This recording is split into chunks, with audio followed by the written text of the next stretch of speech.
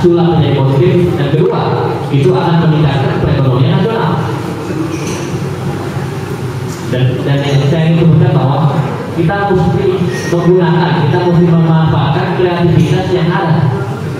Jadi jangan apa-apa kita lihat negatif. Kita lihat dulu, kalau memang bisa digunakan menjadi positif, mengapa tidak? Itu kedua, soal kebudayaan. Dan ketiga, saya ingin sampaikan dan juga saya ingin bukakan bahwa menyangkut masalah ruang lingkup yang menurut saya masih bermuara kepada suatu titik yang eksklusif. Alangkah baiknya apabila itu dibuka. Jadi pentingnya suatu wadah atau organisasi atau perkumpulan atau komunitas yang inklusif dan plural.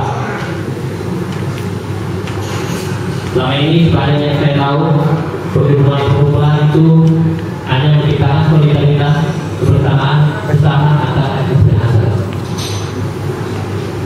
Tadi disebutkan di beberapa makalah bahwa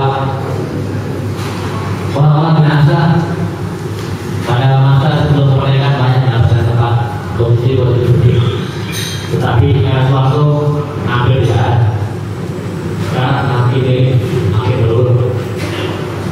Kenapa begitu? Kalau menurut saya, karena kalau kita mau mendapatkan tempat, kita mau eksis di tingkat nasional, bukan di tingkat lokal, kita harus mau nambah, kita harus mau membuka skop kita harus mau belajar juga dari budaya-budaya lain, belajar juga dari perkumpulan lain, tidak hanya bersama Minahasa saja, tetapi kita juga bersama etnis lain.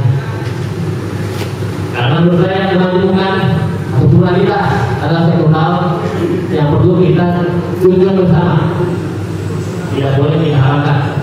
Kalau menurut saya itu tidak tepat. Jadi dengan kita orang-orang Minahasa masuk ke dalam perkumpulan, membentuk suatu perkumpulan, organisasi, wadah atau komunitas yang sifatnya plural, yang mengakomodir berbagai macam kepentingan dan juga berbagai macam suku agama ras, itu akan bisa menunjukkan eksistensi daripada kaum Minahasa. Karena seperti yang saya bilang tadi, untuk bisa go nasional dan go global dan go internasional tidak cukup hanya kemampuan, harus ada ekonomi, harus ada ekonomi. Bagaimana kita mau membangun ekonomi kalau kita hanya main di tingkat lokal saja? Kita harus juga berani untuk tingkat nasional dan kalau perlu global. Dan juga bahwa memang Indonesia itu mempunyai kemampuan yang tidak bisa dilakukan. Jadi saya mencoba saksikan dan juga mencoba melakukannya dengan kata-kata yang sederhana, dengan kalimat yang sederhana seperti yang saya sudah sampaikan tadi. Dan saya sangat welcome kepada audiens, kepada bapak-bapak ibu yang ingin bertanya. Saya sangat senang untuk menjawab, dan saya sebenarnya juga kita berdialog, tidak mau